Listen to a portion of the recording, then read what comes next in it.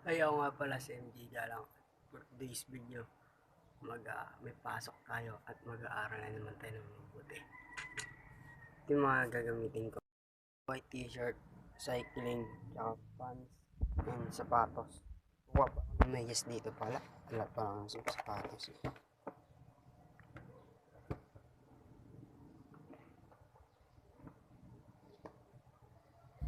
Yan.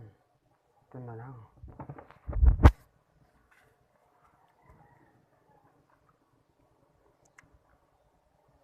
Yan. Pati yung medyas. Ito na.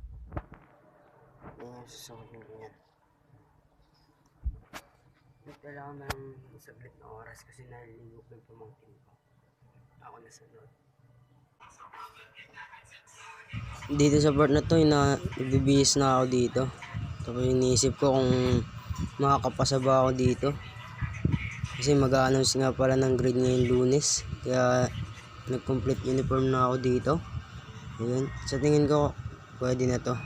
Hindi ako nag-tuck-in pa ako. Sabi ko, tuck-in ko kaya to. Ayun. Titesting ko mag-tuck-in nga pala guys. Titesting ko dito.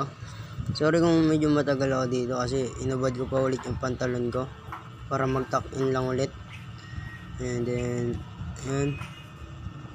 Hanggang sa inutusan na ako dito sa part na to. Inutusan ako dun kaya natagalan ako. Yan. Nag-tuck-in na ako yan. Di ba? Nag-tuck-in na ako yan tapos bandang dulo nabaduyan na ako. Sabi ko para akong bata dito kaya tinanggal ko yung gamit ko, yung kape ko. Ayan ako.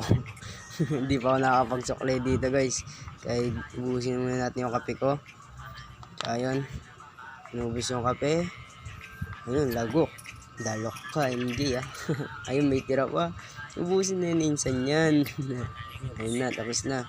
Goods na, goods. Ayun, tinesting ko akong bagay. Ay, parang pangit ata. Hindi ako sanay mag-tuck-in. Yan, nabadoy ako dyan. Kaya, inubad ko na lang ulit. Yan, di na ako nag-tuck-in.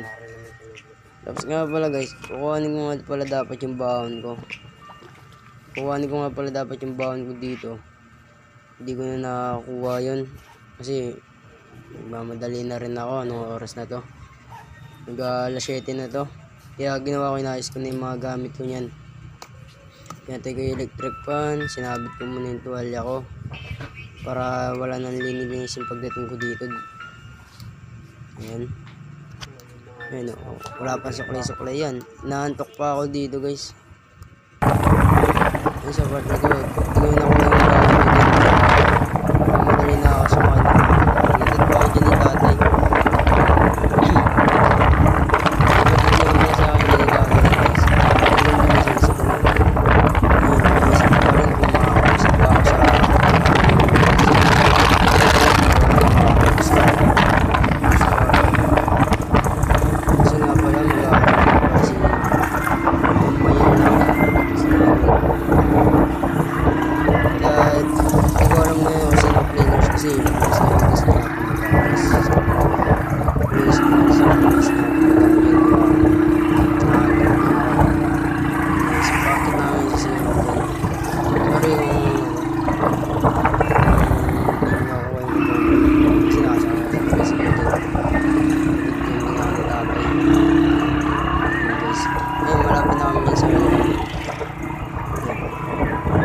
Pasok na to, hindi na kami sa welcome barangay Sisiman na yan guys. Ayan, tawag dito sa eskwelahan ko. Yan, so itatapat ko yung camera na yan, dyan ako nag-aaral sa baba.